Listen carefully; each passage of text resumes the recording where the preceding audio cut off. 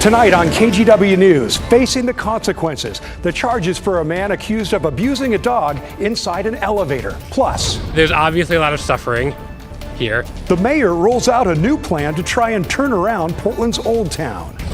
And how long will this August rain stick around? A look at your weekend forecast. Then don't try and stop them. We are so pumped. Who's pumped? Hood to coast runners push through the night to cross the finish line at the beach.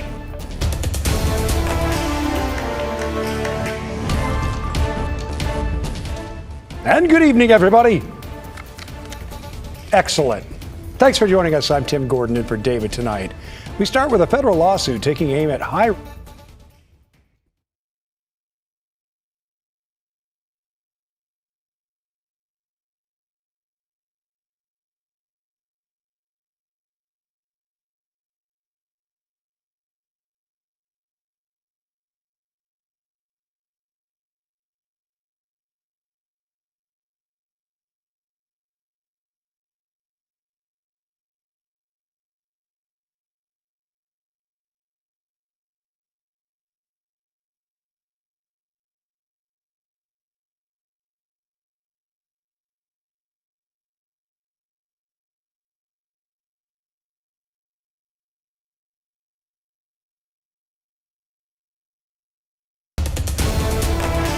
Tonight on KGW News, facing the consequences, the charges for a man accused of abusing a dog inside an elevator. Plus, there's obviously a lot of suffering here. The mayor rolls out a new plan to try and turn around Portland's Old Town. And how long will this August rain stick around? A look at your weekend forecast. Then don't try and stop them. We are so pumped. Who's pumped? Hood to coast runners push through the night to cross the finish line at the beach.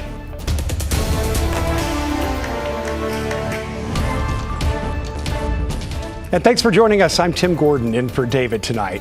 We start with a federal lawsuit taking aim at high rent. Officials blame a real estate software company for driving up some of the prices. Catherine Cook is here with what the lawsuit means to local renters advocates and how Oregon and Washington are involved. Catherine? And Tim, the lawsuit alleges the company RealPage uses an algorithm that allows landlords to avoid competition that might otherwise help renters. Oregon and Washington joined the lawsuit, citing tens of thousands of local rentals with prices driven by RealPage. Driving up rental prices. It's what the Department of Justice is accusing real estate software company RealPage of doing. On Friday, after a 2-year-long investigation, they filed an antitrust lawsuit against the company. Under the antitrust laws, landlords, like any other competitors, may not share with each other their confidential, sensitive data in a way that permits them to align how they price their products, in this case, apartments.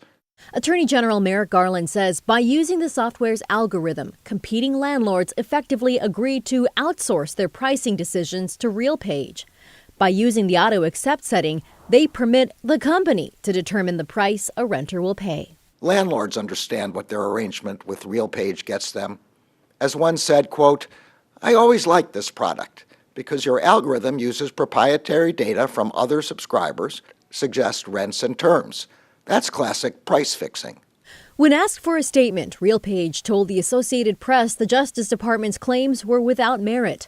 Portland renters advocate Margot Black hopes the lawsuit makes a difference for tenants. Even for smaller outfits that aren't subscribing to this algorithm or feeding it data, they see those list price rents and they think, oh my gosh, I've got to raise my rent. So it trickles out even to the smaller landlords. Several states, including Oregon and Washington, have joined the Justice Department in the lawsuit.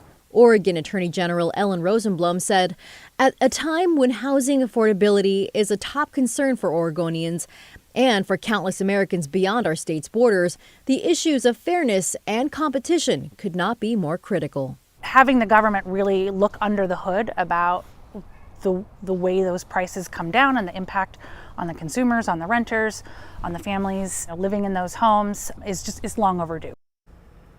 Rosenblum added that the lawsuit named specific markets where more than 30% of landlords are using a RealPage subscription.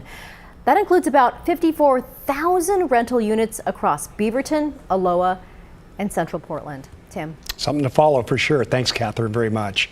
And happening now, the mother of all relays is in full swing as thousands of runners continue their journey to Seaside for Hood to Coast. The weekend-long event started chilly and soggy this morning at Timberline. Runners are grouped off into 12-member teams covering about 200 miles from Mount Hood to the beach. They run through the night and will finish up tomorrow morning and into the afternoon. The relay isn't just all fun, but also raises money toward cancer research. We caught up with one runner this afternoon doing his first Hood to Coast. Well, I mean, this is my first time at the Hood to Coast, and it's been awesome. I mean, you've got thousands of people out here suffering together. I mean, it's great fun. And of course, we are cheering on our KGW News team, the News Flash team, they're called. Our very own Alma McCart is sending us this photo as they started their journey earlier today. And you might recognize investigative reporter Evan Watson there on the left of your screen in front. Also running in this race along with others, members of our team at KGW. Good luck to all you guys out there and stay safe. All right, now let's get the latest on conditions for the rest of Hood to Coast.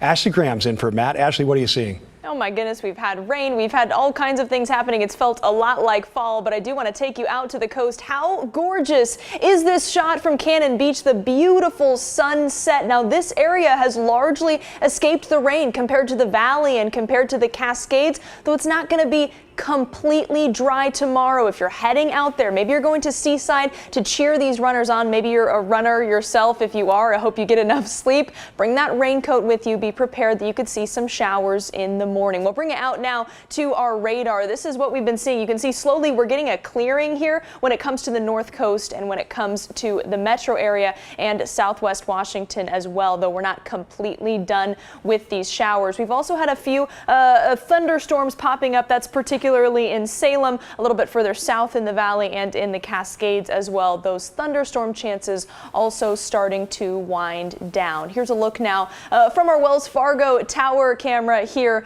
live. Today we reached just about 70 degrees, 59 degrees outside right now. Those scattered showers again starting to decrease as we head into tomorrow morning. Things dry up even more tomorrow morning as we head into the next day. So again, those showers ending and then we're turning around into some warmer weather as we head into the next week. So we're going from fall-like conditions back into summer as we close out August. Tim? All right, Ashley, thanks a lot. Well, in a traffic alert tonight, there's an emergency road closure that could impact anyone trying to get to Multnomah Falls over the next 2 weeks. So part of the historic Columbia River Highway is closed between east of Multnomah Falls and Wakena Creek Falls. Crews are having to make structural repairs to a viaduct. ODOT says the closure could last through Labor Day weekend. This does not affect traffic on I-84. For the latest, head to tripcheck.com. And to get you caught up on tonight's other headlines, police arrested a Portland teacher today accused of trying to lure a minor online. 38-year-old Craig Douglas Myers is a math teacher at Hosford Middle School. He was caught in an undercover investigation where a detective pretended to be a 13-year-old girl. The conversations police say were sexual in nature, and they're worried he could have had inappropriate contact with other children. This suspect that we arrested today teaches 13-year-olds on a regular basis. We don't know that they have done anything illegal or committed any offense with any of them. However, it's incredibly concerning for us that he was choosing to surround himself with the very people that he was seeking out to have a sexual relationship with. Douglas Myers is on paid leave from the district and will be in court on Monday. Well, the Beaverton School District is now being sued over the alleged actions of a former football coach. Jamal Jones is accused of slapping players awake at an overnight camp this summer. The parents of a 17-year-old filed the suit, accusing the district of negligence. Court documents state the district should have foreseen the chance of Jones harming someone, claiming there were past incidents of verbal and physical assaults against students. The family's asking for $125,000. The coach has resigned and is facing 12 counts of misdemeanor harassment. And the man caught on camera abusing a dog 3 weeks ago was indicted by a grand jury today on multiple counts of aggravated animal abuse. 25-year-old Isaac Justum was captured on security cameras at a Northeast Portland apartment building August 2nd. He's accused of hitting and kicking the dog, among other things. With help from the public, police identified Justin and arrested him last Saturday. The dog, in this case, is still missing. PETA is now offering an up to $5,000 reward for information leading to that dog's location. Well, a new program is aimed at giving domestic violence survivors a better shot of getting out of an abuse situation. New funding means the state of Oregon will be able to offer up to $3,200 in temporary assistance to families and pregnant women to help them relocate. According to a 2023 report from the Secretary of State, over a third of adults in Oregon experience domestic violence in their lives. Though supporters are thrilled with the funds, some say more needs to be done to make access to the program more inclusive. Black African American survivors and LGBTQ plus survivors are overrepresented in the pool of folks who have experienced domestic violence and underrepresented when it comes to resources available that are culturally specific and they're there just for them. We have our teams ready with culturally appropriate resources, whether it be language services or what have you. Survivors who do receive help will be paid out over the course of 90 days. And there are resources available now for anyone who may be in danger. You can call the National Domestic Violence Hotline. That number is 800-799-7233. You can also text 88788. Of course, if it's an emergency, don't hesitate to call 911. While we saw the rain on Mount Hood this morning, Mount Bachelor in Central Oregon has already had its first snowfall of the season.